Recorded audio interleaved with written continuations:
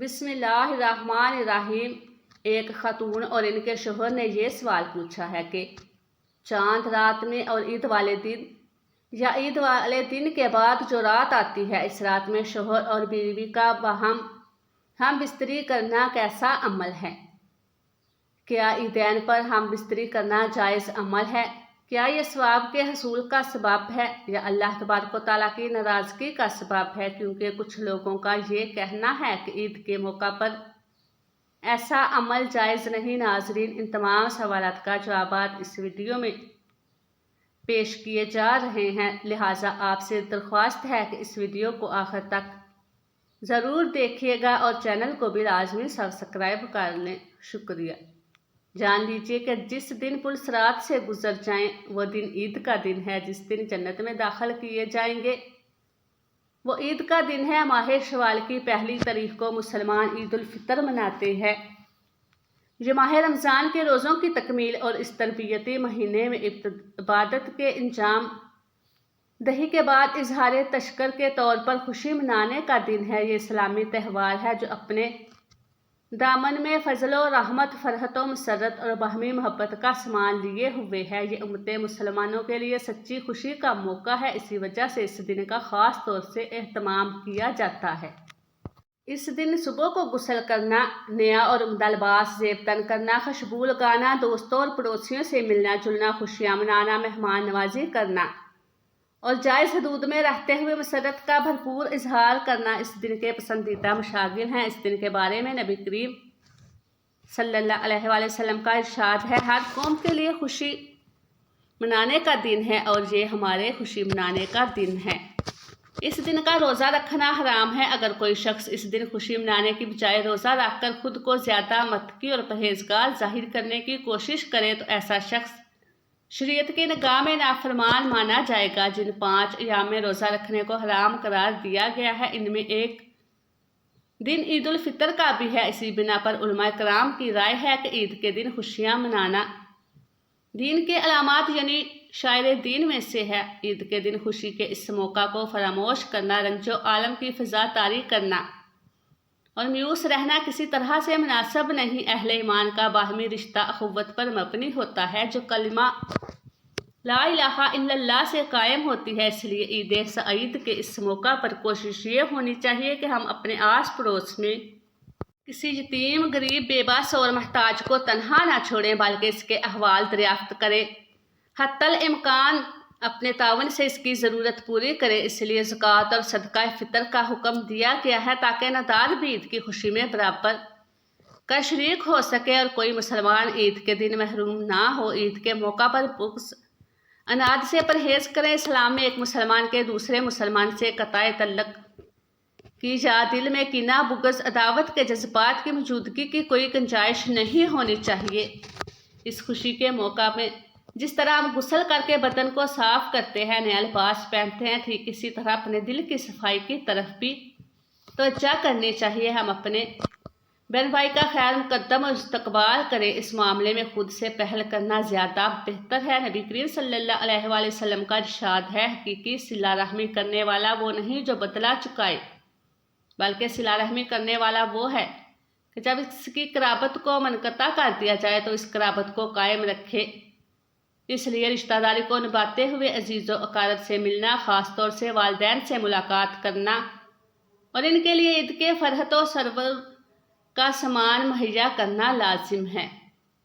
یہ صلہ رحمی نہ صرف اس شخص کی عید کو دوبالا کر دیتی ہے بلکہ اس کے لیے کشادگی رزق اور عزیز و شرف کا ذریعہ بنتی ہے۔ نبی کریم صلی اللہ علیہ وآلہ وسلم کا ارشاد ہے: جو شخص یہ چاہتا ہے کہ اس کے رزق میں فراخی ہو اور اس کی زندگی کی مہلت دراز ہو تو اس کو چاہیے کہ وہ اپنے رشتہ داروں سے حسن سلوک اور ان کے ساتھ احسان کرے۔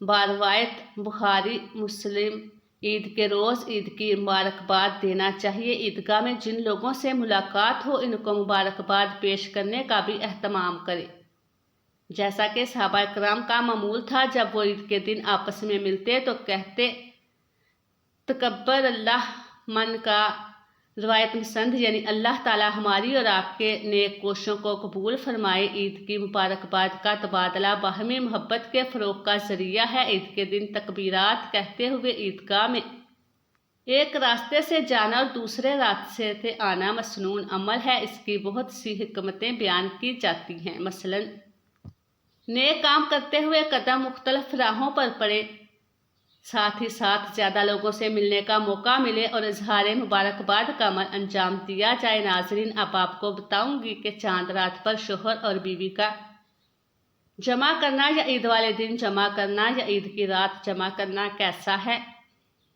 کچھ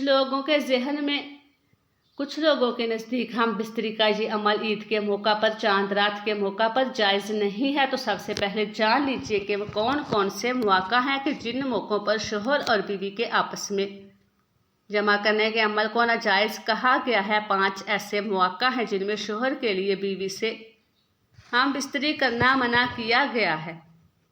نمبر 1 حیض کی حالت میں، نمبر 2 نفاس کی حالت میں، نمبر 3 رمضان المبارک میں روزے کی حالت میں، نمبر 4 حج و عمرہ کی ادائیگی کے وقت جب حالت احرام میں ہوں، اور نمبر 5 فرض نماز کے وقت میں۔ ان 5 مواقع کے علاوہ شوہر اور بیوی جب چاہیں آپس میں جمع کر سکتے ہیں، بشرطیکہ دونوں کی صحت اس بات کی اجازت دے رہی ہو اور ایسے کوئی خاندانی معاملات نہ ہوں کہ جن کے سبب انہیں اس سے رک جانا چاہیے۔ مثال کے طور پر عید کے موقع پر گھر میں کچھ مہمان آئے بیٹھے ہیں اور میاں بیوی دوسرے کمرے میں جمع میں مصروف ہوں، تو ظاہر ہے کہ یہ عمل عقلی اعتبار سے عجیب ہے، حالانکہ ممانعت نہیں ہے۔ اسی طرح سے دونوں میں سے کسی ایک فریق کی جسمانی صحت درست نہیں تو اس صورت میں بھی جمع کرنا درست عمل نہیں ہے۔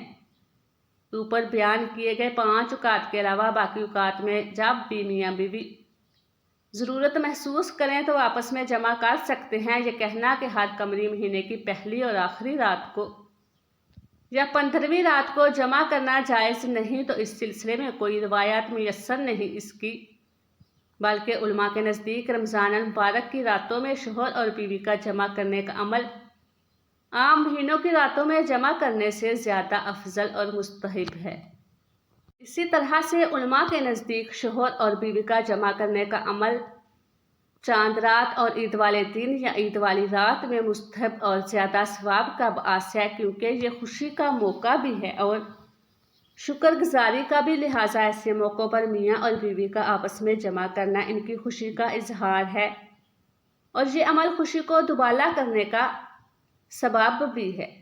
عید کے موقع پر عورتیں خصوصی طور سے بناؤ سنگار کرتی ہیں، غسل کرتی ہیں، مہندی لگاتی ہیں، نئے کپڑے زیب تن کرتی ہیں اور ان کی نیت یہ ہوتی ہے کہ ان کے شوہر ان کو دیکھیں تو خوشی محسوس کرے۔ بہت ساری احادیث کا مفہوم ہے کہ جب ایک بیوی اپنے شوہر کی خوشی کے لیے بناؤ سنگار کرتی ہے اور اس عمل سے اس کا شوہر اس سے خوش ہوتا ہے تو ان دونوں کے اس عمل سے اللہ تبارک و تعالیٰ راضی ہوتا ہے۔